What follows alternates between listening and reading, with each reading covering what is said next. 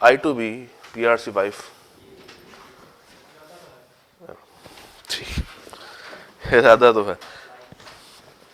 Basically मैं अपनी audience check करना चाह रहा हूँ कि वो कितनी है I2B के लिए कमिटेड।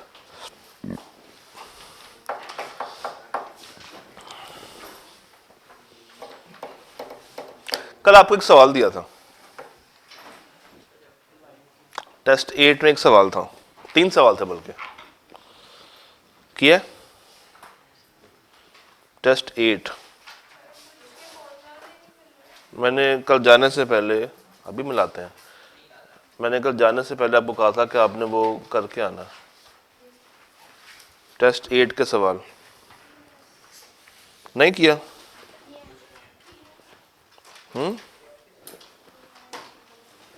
कुछ किए?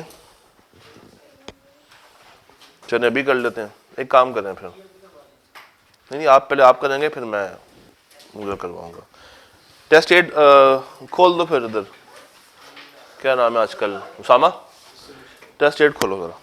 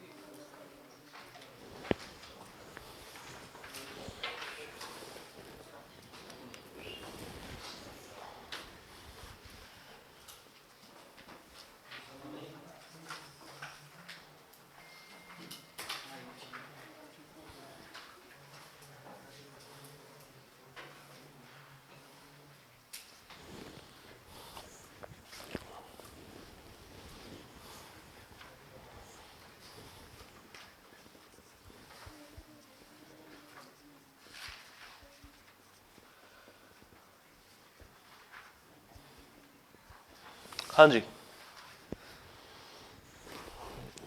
पहला सवाल ज़रा आप लोग ट्राई करें ना, 10 मिनट लें, जिन्होंने नहीं किया वो पहले आप लोग ज़रा अपने हाथ पाँव चलाएं, उसके बाद इसको सॉल्व करते हैं। ये सवाल है।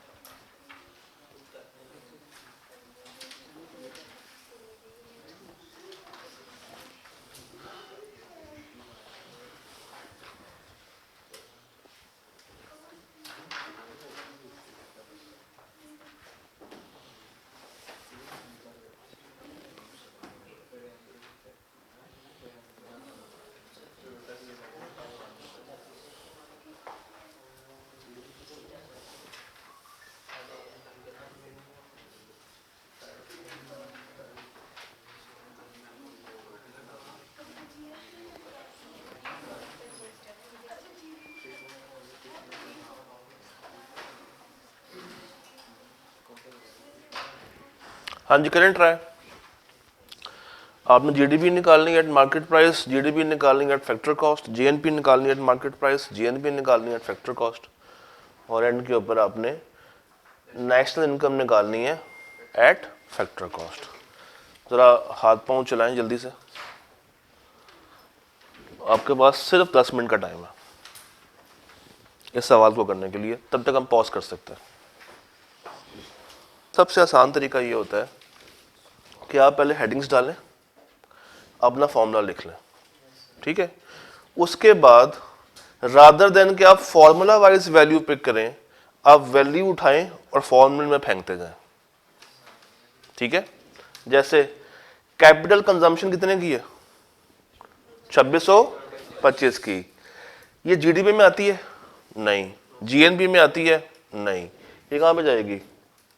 जब आपने नेशनल इनकम निकालनी है एट फिक्स कॉस्ट।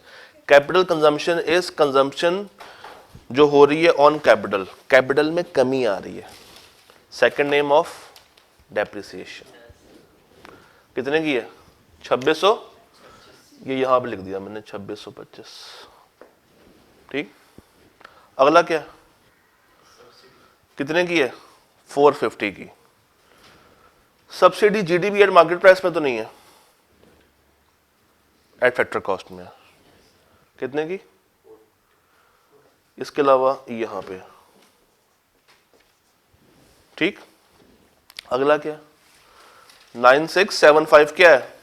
एक्सपोर्ट्स, यानी कि मेरा एक्स, तो ब्रैकेट खोली 9675 और इसके अलावा कहीं नहीं जाएगा। डन। आगे बताएं।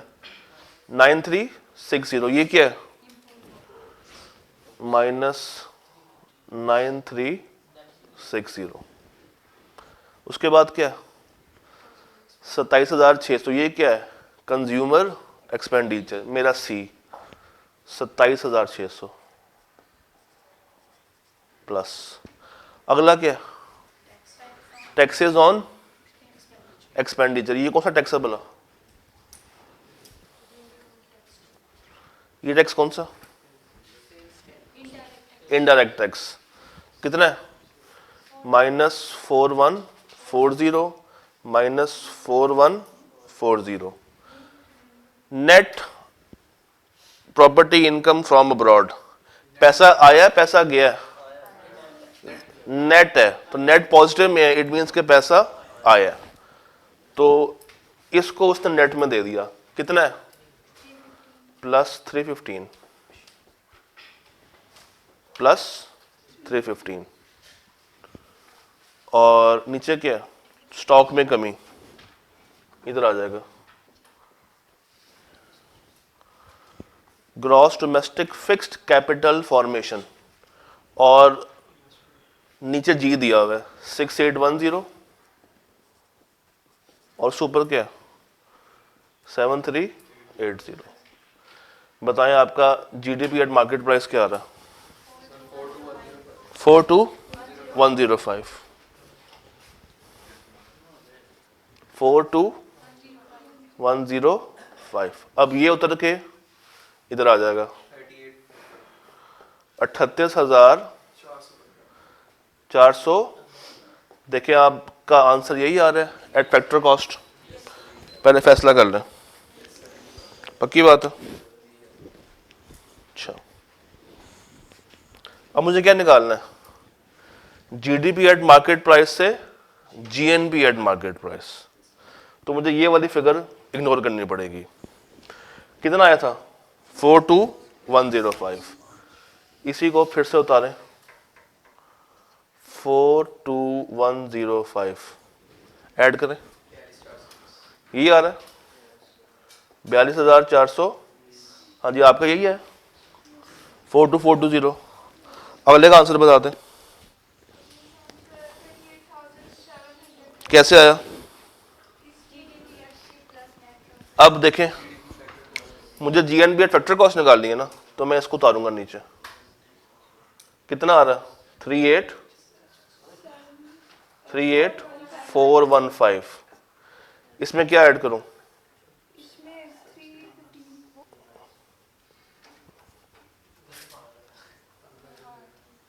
इसमें मुझे ऐड करना 315। कितना आ जाएगा? 387। ऊपर फिगर कौन सी जाएगी? ये जाएगी ऊपर। तो 38730 में से माइनस करें 2625, फिर माइनस करें 30। 36075।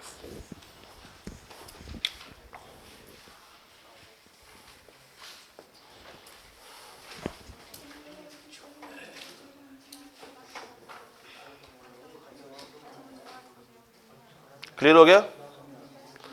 तो आपने एग्जाम में भी ऐसे ही करना है, एमसीक्यूज के अंदर अगर आपको वो कुछ डाटा दे दे और आपसे कहे कि इसमें से कोई भी एक फिगर, कोई भी एक निकाल के दो, तो आपने फॉर्मूला लिख के ऊपर सवाल से वैल्यू पकड़ के फॉर्मूला में फिट करते जानी। अगर आप फॉर्मूला वाइज वैल्यू ढूंढेंगे तो हमेशा परेशान रहेंगे। ठीक है, क्लियर है? अगला सवाल देख लेते हैं, इस पे ट्राई करें, देखें कि आप सबका बराबर आंसर आता है या नहीं आता। आपने जीडीपी निकालनी है तीनों मेथड से, नहीं आंसर सेम आएगा। आपने जीडीपी निकालनी है बाय यूजिंग 3 अप्रोचेस, कौन कौन सी थी? एक्सपेंडिचर, इनकम और प्रोडक्ट, और तीनों का आंसर सेम आना चाहिए। मैं आपको हिंट दे रहा हूं। हाँ, नहीं तो आप गलत कर रही हैं फिर। ये हो गया, इसको मिटा दूं, यह तस्वीर वगैरह खींचनी है, इसको एक दफा फोकस कर दो दुल्ला, बोर्ड को फोकस कर दो, उसके बाद मैं इसको मिटा दूं। फोकस बोर्ड पे,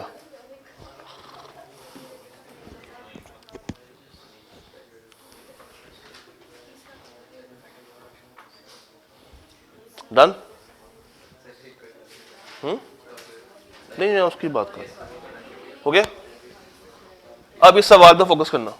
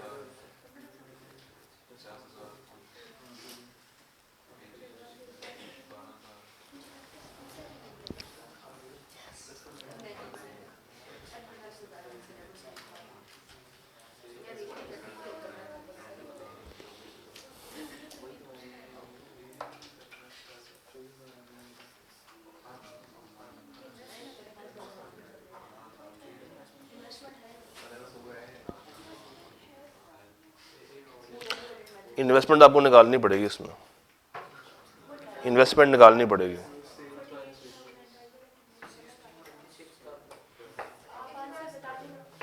आपका क्या है? सबका सेम आ रहा है, 48 सबका सेम आ गया, यही है 48,000। बाकियों का भी सेम आएगा, दोबारा देखें, सबका सेम है।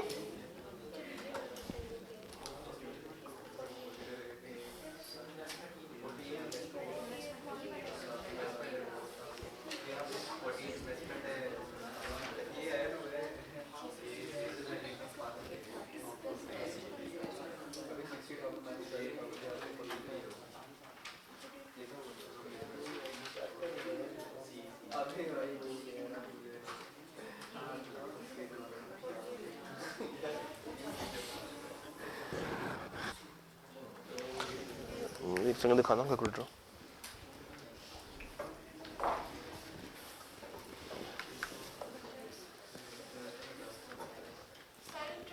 एक सेकंड एक सेकंड एक सेकंड।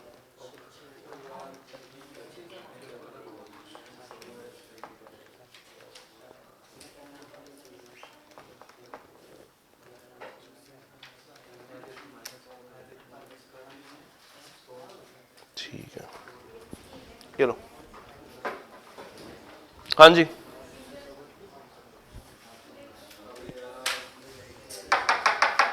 हो रहा है।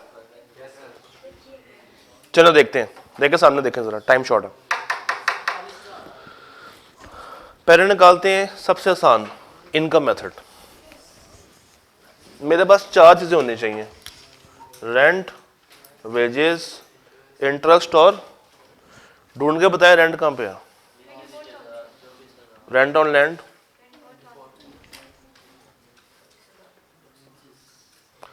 और लेबर वेजेस का है,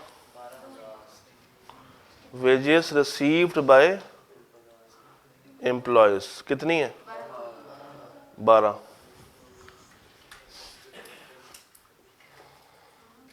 इंटरेस्ट कैपिटल किन दिया हुआ? कैपिटल पे इंटरेस्ट दिया हुआ कहीं? ढूंढे।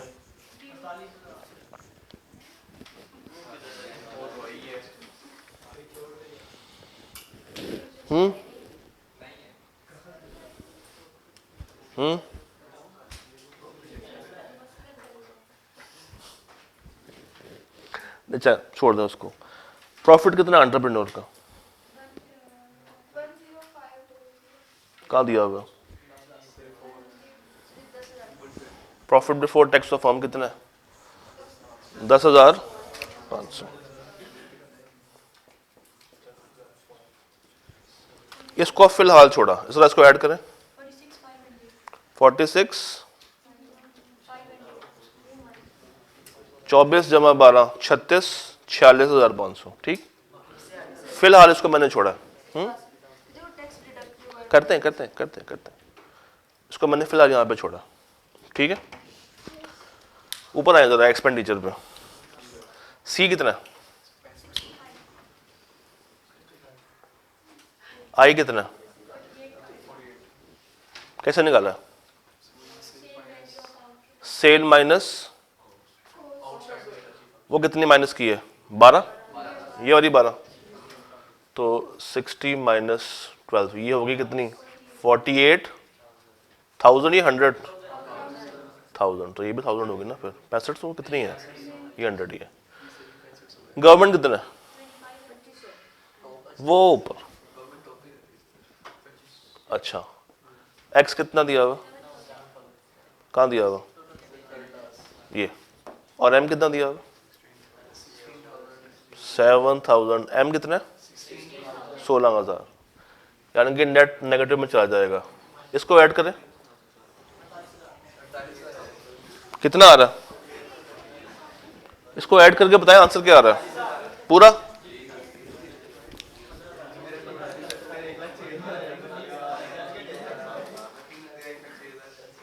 याद है? ओके, याद है? क्लियर है? कितने का फर्क है यहाँ पे? कितने का फर्क है? मुझे यहां से निकाल के दें पहले इसका आंसर प्रोडक्ट मेथड से। इसका यहां से आंसर क्या आएगा? सेल वैल्यू कितनी है 60 और उस पर कॉस्ट कितनी लगी है 12, तो सेम 48,000। सेल वैल्यू 60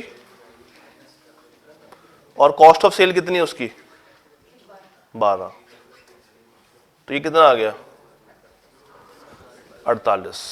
हम फंस कहां पे रहे हैं कैपिटल के इंटरेस्ट पे। अब ये मुझे जरा निकाल के दें how you will calculate this 1500 interest on capital, interest on capital.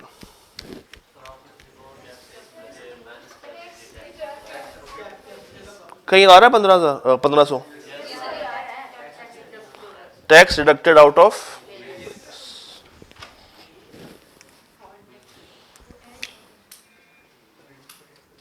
the answer will be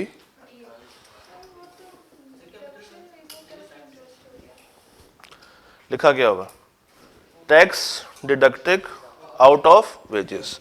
हमने अपने मुलाजमीन को पैसा दिया जिसमें से हमने क्या डिडक्ट किया टैक्स, कितना किया 1500 का। क्या मेरे मुलाजमीन को जो मैं पेमेंट कर रहा हूं ऊपर कितनी थी, बात सुने, मैंने उनको कितनी वेजेस दी हैं। एक ऑप्शन ये थी कि मैं यहीं से 1500 को माइनस करके नेट कर लेता, 12,000 की वेजेस माइनस 1500, सुन तो ले, माइनस 1500, ठीक। मगर ये जो उनको मैंने पेमेंट की है 12,000 की, वो क्या है, कहाँ है ये वेजेस रिसीव्ड बाय एम्प्लॉयज। चूंकि यहां पे कुछ भी नहीं लिखा हुआ कि ये ग्रॉस है या ये नेट है, तो अज्यूम किया जाता है कि ये इसमें से इन्होंने टैक्स को माइनस कर लिया होगा, तो ये फिगर तो बिल्कुल ओके है। आपने वो गलती नहीं करनी कि इसमें से 1500 को आप एंड के ऊपर माइनस कर रहे हो, ठीक। अच्छा आगे क्या है, मेरे कैपिटल के ऊपर इंटरेस्ट, मेरे कैपिटल के ऊपर इंटरेस्ट, जो पैसा मैंने उनसे वापस लिया और अब मैंने वो कहां पे जमा करवाना है गवर्नमेंट में, तो टेक्निकली इतनी अमाउंट उनको मैंने कम पे किया, इतनी अमाउंट उनको मैंने कम पे की है, तो मैंने अपने कैपिटल को इतने से बढ़ा दिया। टेक्निकली मैंने अपना कैपिटल इतने से बढ़ाया, ऑल्दो आगे जाके इसने पे हो ही जाना है गवर्नमेंट को, मगर फॉर द टाइम बिंग ये उसमें ऐड हो जाएगा। ये था। अब तीसरा करें sir, nominal GDP, real GDP और जीडीपी डिफ्लेटेड निकालना है। मगर इसमें दो गुड्स हैं,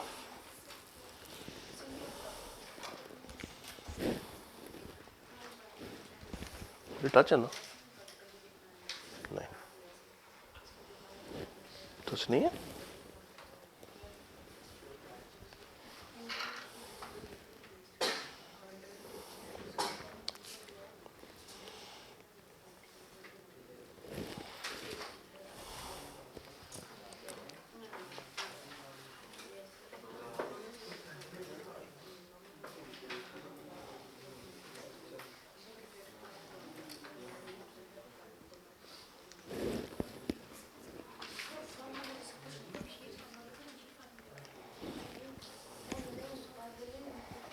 पहले गुड ए कीजिएगा फिर गुड बी कीजिएगा, मिक्स ना कीजिएगा।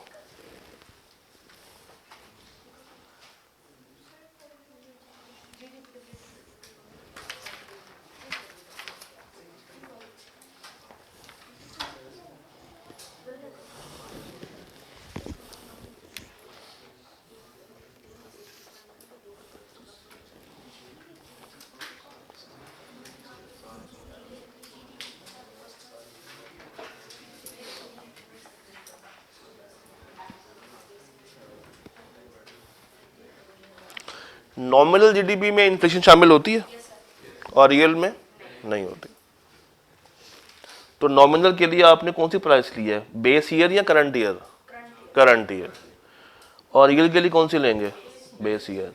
तो गुड ए की क्वांटिटी कितनी है 100, तो 100 multiply by 12 plus 50 multiply by 50 multiply by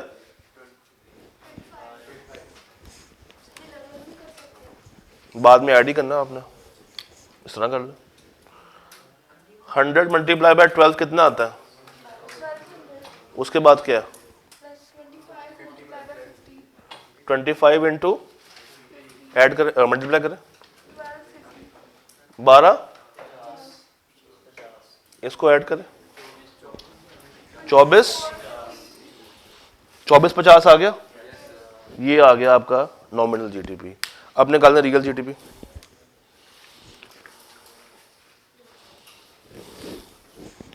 कितना है? 2450, 2450 है।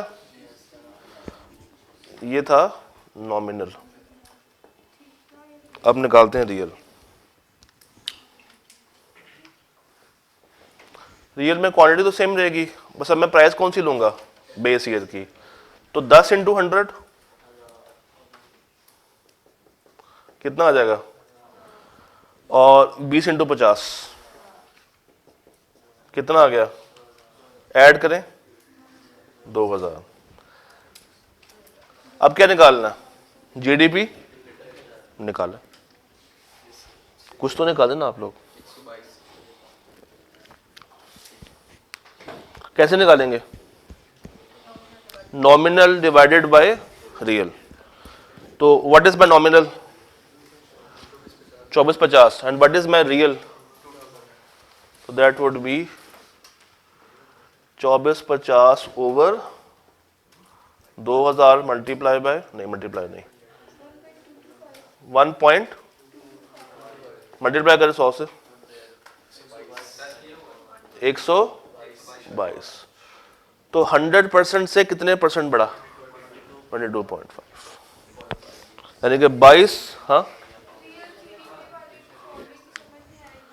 सिंपल सी बात है। Real GDP is quantity multiply by base year की प्राइस, जिसमें इन्फ्लेशन नहीं है। Quantity multiply by base year की प्राइस जिसमें इन्फ्लेशन नहीं है। अच्छा जी, ये तो चले आपकी एक प्रैक्टिस हो गई।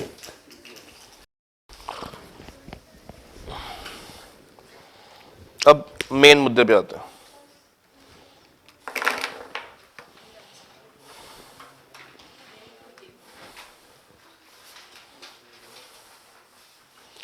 चैप्टर 6।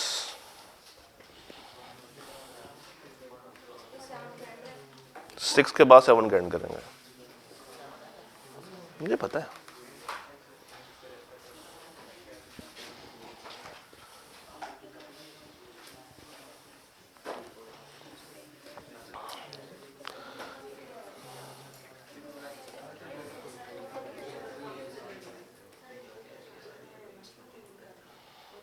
सिक्स पे आ गए?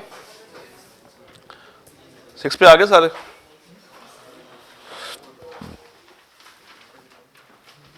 चलिए काम करते हैं, 6 को आसान करते हैं। अगर आपके पास कोई कागज रजिस्टर वगैरह हो तो निकालना।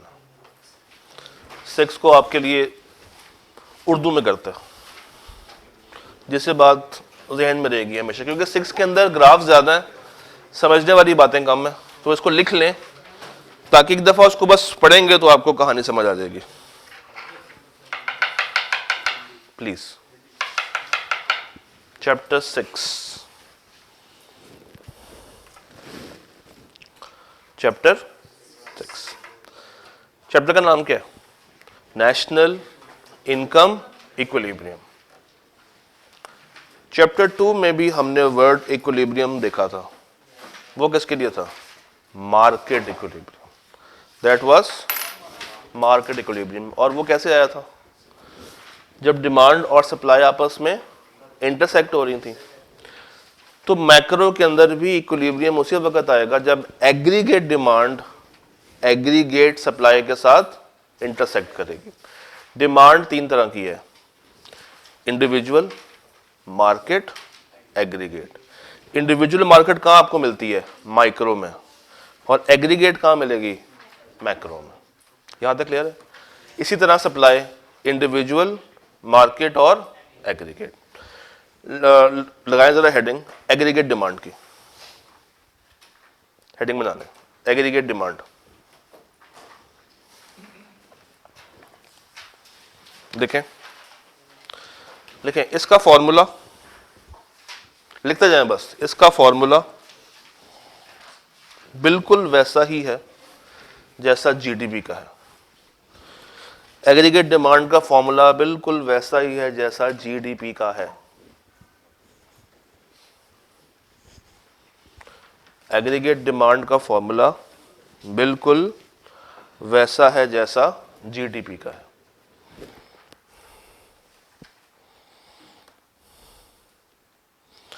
लिख लिया? क्योंकि इसमें, अब रीजन लिखे ना क्यों, क्योंकि इसमें चारों सेक्टर्स की डिमांड मुश्तमिल है। अब मुश्तमिल भी आप लोगों ने लिखना, क्योंकि इसमें चारों सेक्टर्स की डिमांड मुश्तमिल है। मुश्तमिल, इकट्ठी, कंबाइन, इंक्लूडेड। मैंने कहा शायद आपकी उर्दू आती होगी, मैं तो अभी और औखे औखे वर्ड निकालने थे कि डिमांड मुश्तमिल है। हो गया? चलिए अब जरा मुझे बताइए, कल हम लोगों ने जब टू सेक्टर इकोनॉमी की बात की थी, मेरे पास एक हाउस होल्ड था और एक फर्म था। हाउस होल्ड की डिमांड कंजम्पशन, हाउस होल्ड की डिमांड क्या थी? कंजम्पशन। फर्म की डिमांड क्या होती है? इन्वेस्टमेंट। उसके बाद टी सेक्टर में गवर्नमेंट आती है, तो गवर्नमेंट स्पेंडिंग्स, और फोर्थ में एक्स माइनस एम, तो net difference between exports and imports, that is X minus M. तो ए डी लिख लें, A D is equal to C plus I plus G plus X minus M. ये मिटा दूं? Aggregate demand is equal to C plus I plus G plus X minus M.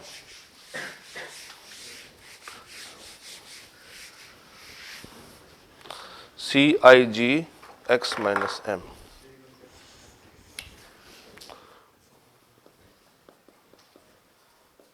लिख लिया? आगे लिखें।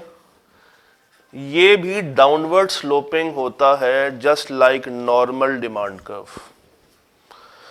ये भी डाउनवर्ड स्लोपिंग होता है just like a normal demand curve.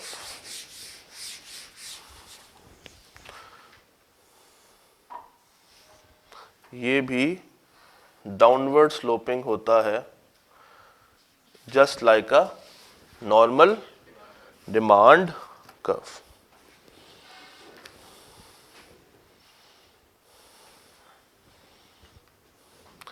इसमें अगर मूवमेंट देखनी है तो प्राइस लेवल से आएगी,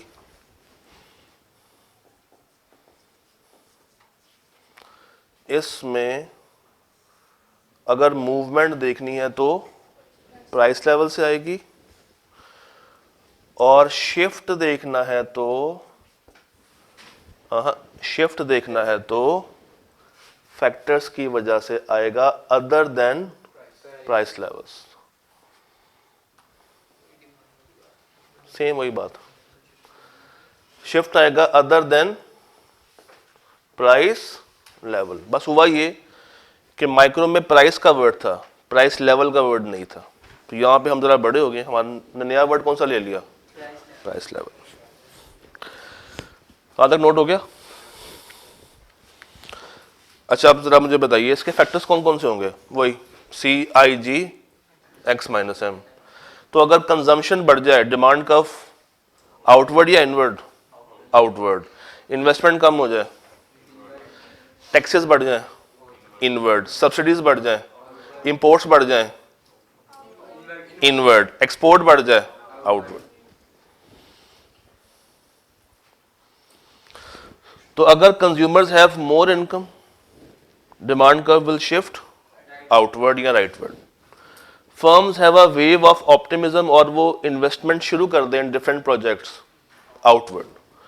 government decides to spend more on infrastructure outward. Export ज्यादा अट्रैक्टिव है आउटवर्ड। इंपोर्ट्स लेस डिजायरेबल हैं आउटवर्ड। एग्रीगेट डिमांड इतनी है, डन, सिंपल, कोई रौला? ये लिखे जरा आगे, ये शॉर्ट रन में भी डाउनवर्ड स्लोपिंग है, ये लॉन्ग रन में भी डाउनवर्ड स्लोपिंग है।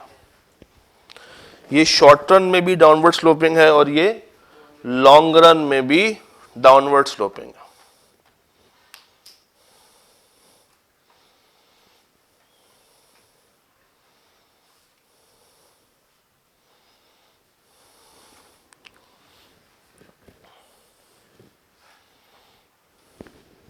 लिख लिया?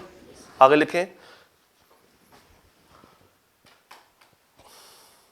देखें केन्स, हालांकि स्पेलिंग गलत लिखे हैं मैं केन्स के, यहाँ पर एक ई आता है वाई के बाद। केन्स ने भी इसको शॉर्ट रन और लॉन्ग रन में सेम कंसिडर किया है। तो केन्स का कोई अपना एग्रीगेट डिमांड कर्व नहीं है। केन्स ने भी इसको शॉर्ट रन और लॉन्ग रन में सेम कंसिडर किया है, तो इसका कोई अपना डिमांड कर्व नहीं है।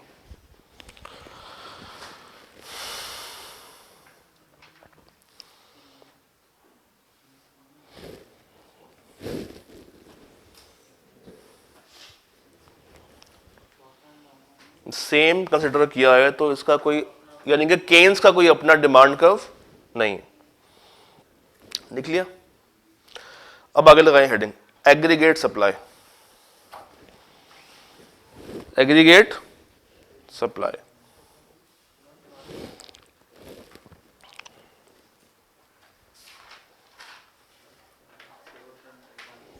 लगा ली हेडिंग? लिखें कुल, या चले मुश्किल हो जाएगा, लिखें total amount of goods and services supplied in the economy, total amount of goods and services supplied in the economy at a given price over a given time period. Total amount of goods and services supplied in the economy at a given price over a given time period. At a given price over a given time period. लिख लिया? आगे लिखें उर्दू में, ये short run में बिल्कुल normal supply curve जैसा, normal supply curve जो सादा सप्लाई कर्व होता, ये शॉर्ट रन में बिल्कुल नॉर्मल सप्लाई कर्व जैसा है।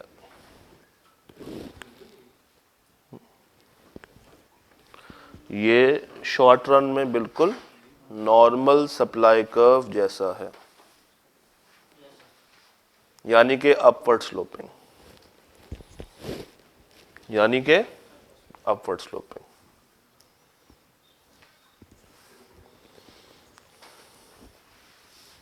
यानी कि अपवर्ड स्लोपिंग। मगर लॉन्ग रन में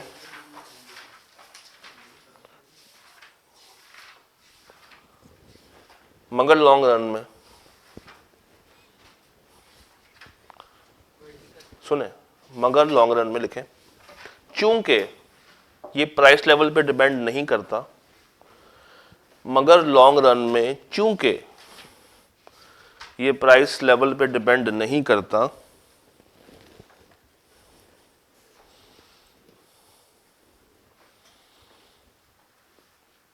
और ये डिपेंड करता है, और ये डिपेंड करता है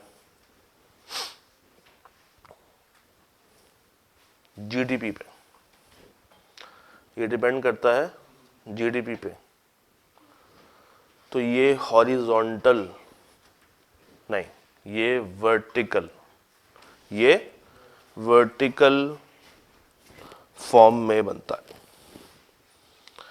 ये वर्टिकल फॉर्म में बनता है।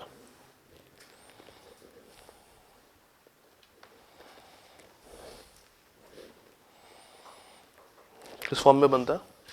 वर्टिकल फॉर्म में बनता है। लिख लिया यहां तक?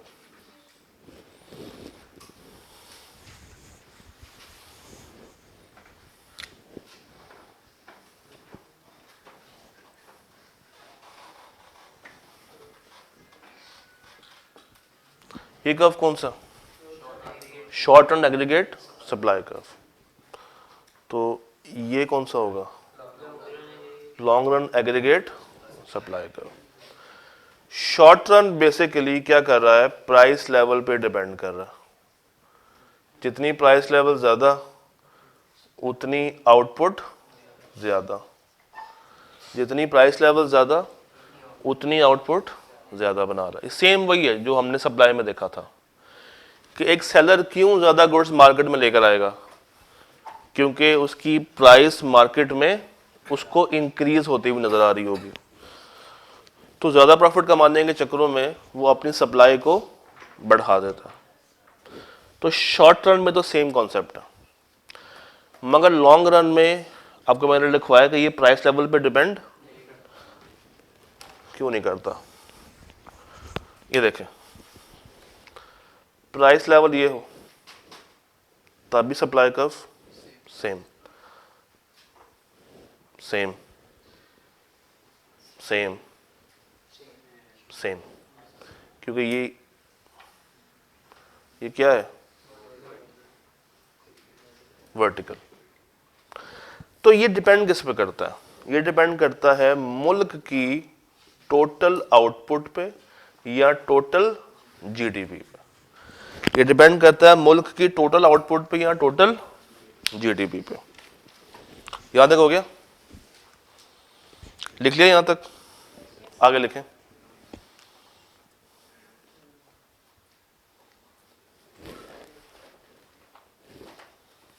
लिखो, लिखें। लॉन्ग रन में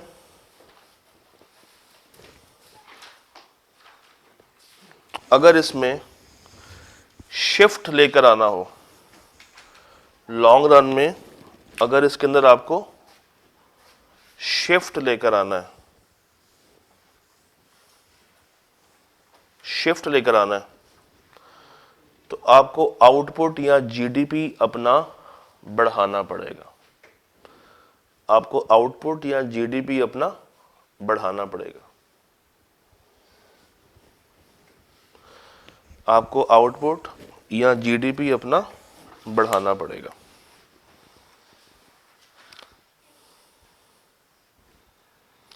अगर नई हेडिंग खोलें, फुल एम्प्लॉयमेंट की, फुल एम्प्लॉयमेंट।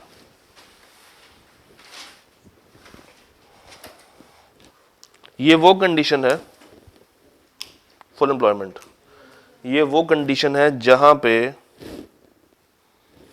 जहां पे तमाम फैक्टर्स ऑफ प्रोडक्शन अपनी 100% कैपेसिटी पे काम कर रहे हैं। ये वो कंडीशन है इकोनॉमी की जहां पे तमाम फैक्टर ऑफ प्रोडक्शन 100% एफिशिएंसी के ऊपर काम कर रहे हैं और इनको मजीद एफिशिएंट नहीं बनाया जा सकता, क्योंकि ऑलरेडी 100% पे काम कर रहे हैं।